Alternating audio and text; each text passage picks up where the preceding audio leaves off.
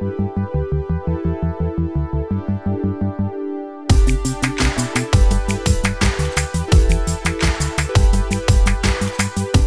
estudio arquitectura y bueno, yo creo que podemos ayudar a hacer más sitios en los que la humanidad pueda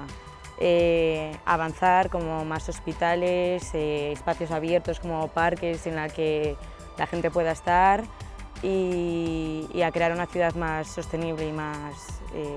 ecológica, por así decirlo. Yo creo que lo que estamos aprendiendo ahora en clase, que al final es eso, es la tecnología aplicada a la salud y viceversa, sí que puede tener un gran impacto en la sociedad, tanto en un corto como en un largo plazo, porque al final es eso, la tecnología es una cosa que ya está instalada en nuestras vidas y se tiene presente. Entonces el conocer cómo esas dos cosas se entrelazan nos puede ayudar tanto a algún usuario normal como a una empresa, a un gobierno, un organismo, lo que sea, a comprender cómo estas dos conceptos se entrelazan y al final es eso, desde el pequeño hasta el gran usuario, permitir que estos conceptos se ayuden mutuamente, crezcan y se puedan aportar soluciones de un campo hacia el otro, y yo creo que sí que puede tener un muy buen impacto. Bueno, pues yo creo que el principal impacto que puede tener es en relación a la calidad de vida y a la salud, ya que la sobreexposición al ruido puede provocar numerosos problemas y pese a que no se noten el impacto a corto plazo, creo que tiene un impacto a medio y largo plazo muy relevante, ya que puede provocar problemas cardiovasculares, problemas de hipertensión y sobre todo en el desarrollo cognitivo de los niños también toma un papel muy importante. Por ello, además de dar a conocer dichos problemas, yo creo que es necesario pues, una investigación y un desarrollo para poder combatirlo, que es en lo que también nosotros pues, estamos trabajando. Pues hace unos años pues, no tenía muy claro qué tipo de salidas podía tener esta carrera, pero con todo lo que ha sucedido en la pandemia, pues me he dado cuenta de que nuestra carrera sobre todo sirve para ayudar a la digitalización de la sanidad, que nos hemos visto en esta situación, hemos visto esa necesidad sobre todo en los centros de atención sanitaria. Y entonces, por ejemplo, lo que hemos estudiado sobre todo ha sido técnicas de inteligencia artificial o de machine learning que pueden ayudar a automatizar el proceso de diagnóstico, también la gestión de historiales clínicos, la gestión de pacientes, para poder controlar un poco mejor el aforo en los hospitales y así la gente no necesita salir de sus casas y pueden realizar un mejor seguimiento desde la comodidad de su hogar. Yo creo que ahora mismo la figura del arquitecto es algo complejo porque ya no se basa simplemente en la arquitectura proyectual, por así decirlo, sino que ahora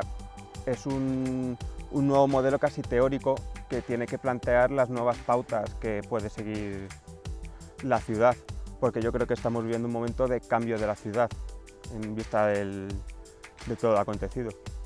También hay una crisis energética muy grande, entonces yo creo que son unas líneas importantes a trazar porque ahora no se va a entender la ciudad del mismo modo ni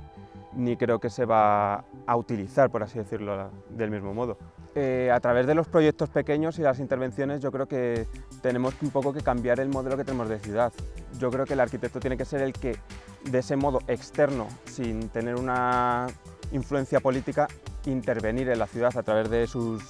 proyectos, sobre todo de reutilización, más que de nueva planta, porque en una nueva planta pues tú al final haces como un poco la extensión de la ciudad, pero no la modificas al uso. Pues yo, como estudiante de acústica y especializada en ese ámbito, considero que la acústica tiene un gran impacto en la sociedad ahora mismo. Bueno, la acústica ambiental lo que hace es medir los niveles de ruido en un área determinada y evaluar si son nocivos para la salud de las personas o no. ¿Cómo hacemos esto? Pues para ello utilizamos una herramienta llamada sonómetro, que lo que hace es registrar y cuantificar dichos niveles de ruido. Y dentro de un marco legislativo lo que hace es determinar si estos niveles pueden ser un riesgo para la salud de las personas o no. Si son perjudiciales para las personas, lo que hacemos los acústicos es que podemos introducir una serie de elementos en ese área, como son las barreras acústicas, para intentar reducir dichos niveles. Por otro lado, también utilizamos otro tipo de herramientas para estudiar los niveles de ruido en un área, como son la del software SCADNAV,